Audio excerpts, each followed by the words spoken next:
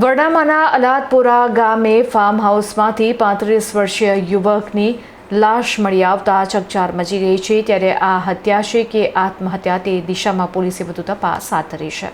વરણામાના police સ્ટેશનની હદમાં આવેલા અલાદપુરા ગામમાંથી વહેલી સવારે એક ચોંકાવનારી ઘટના સામે આવી છે।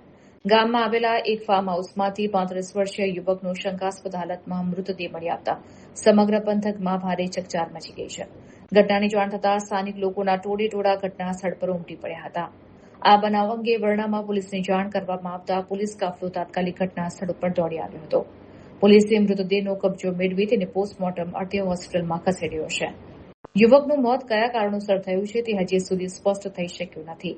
આ મામલો હત્યાનો છે કે આત્મહત્યાનો તે દિશામાં પોલીસે ઝીણવટ ભરી આગળની તપાસ હાથ ધરી છે। બીજી તરફ યુવકના અકાળે અવસાનથી તેના પરિવારમાં ભારે આક્રોશ અને શોકની લાગણી વ્યાપી ગઈ છે। પરિવારજનોએ આ મામલે ગંભીર આશંકા વ્યક્ત કરીને ન્યાયની ઉગ્ર માંગ કરી છે। યુવકોના મોત પાછળનું સત્ય વહેલી તકે બહાર આવે અને જો કોઈ ગુનાહિત પ્રવૃત્તિ થઈ હોય તો દોષિતો સામે કડક કાર્યવાહી થાય તેવી માંગ પરિવારે કરી છે। હવે જોવાનું એ રહે છે કે પોલીસ તપાસમાં શું બહાર આવે છે અને પીડિત પરિવારને ક્યારે ન્યાય મળે છે। મારું નામ સંદીપ છે।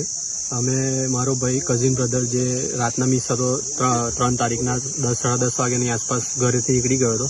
પછી અમે આખી રાત એમની શોધખોળ કરી, ફોન કર્યા પણ કોઈ કોન્ટેક્ટ ના થયો। પછી સવારે અમને જ્યારે 10-10:30 અમને જાણવા મળ્યું ત્યારે જે આંબાવાળું છે ગામમાં, અલાદપુરા ગામમાં, એ જગ્યા પર એમની મરેલી હાલતમાં બોડી અમને મળી, તાર પર લટકેલું હતું બોડી ઝાટકા મશીન પર। અને ઝાટકા મશીન જે હાલતમાં અમે જોયું 10-10:30 ત્યારે એ જે કન્ડિશનમાં હતું એ એને જોઈને લાગતું નહોતું કે આ ઝટકા મશીનનું ચાલુ કન્ડિશનમાં હશે એવું। એમનું છે ને જે થાંભલેથી એમને ડાયરેક્ટ કરેલું છે એ જગ્યાએથી ફેઝ ડાયરેક્ટ લીધેલા છે, 3 ફેઝ લાઈન મૂકી અને જે કરંટ લાગેલો છે એ કારણથી એમનું મૃત્યુ થયું હોય એવી શંકા છે અમને। જે ઝાટકા મશીનની તો કહેવત છે કે ખેડૂતોને ઝાટકા મશીન સેફટી માટે આપવામાં આવે છે, કારણ કે કરંટ લાગીને માણસને ફેંકી દે તો એમાં મૃત્યુ થાય ખરું? ના થાય મૃત્યુ, એ પોસિબલ જ નથી, કેમ કે ગવર્મેન્ટ એ રીતે તમને સબસિડી ને એવું આપે જ નહીં ને પછી એવું હોય તો આમાં કયો કરંટ હશે? આમાં 3 ફેઝ લાઈન નો કરંટ આપેલો છે, જે ખેતર માલિક છે ભૂપેન્દ્રભાઈ રમણભાઈ પટેલ। જે તમે સમય જયારે ખેતરવાળા આવ્યા હતા મોર્નિંગમાં બંધ કરવા માટે, એમનો ભૂપેન્દ્રભાઈ પટેલનો જે છોકરો છે એ 6-7 વાગ્યાની આજુબાજુ 2 રાઉન્ડ મારીને ગયા અને ઝટકા મશીનનું જે ઉપર થાંભલેથી જે ડાયરેક્ટ કરેલું હતું એને બંધ કરીને પછી ગયા।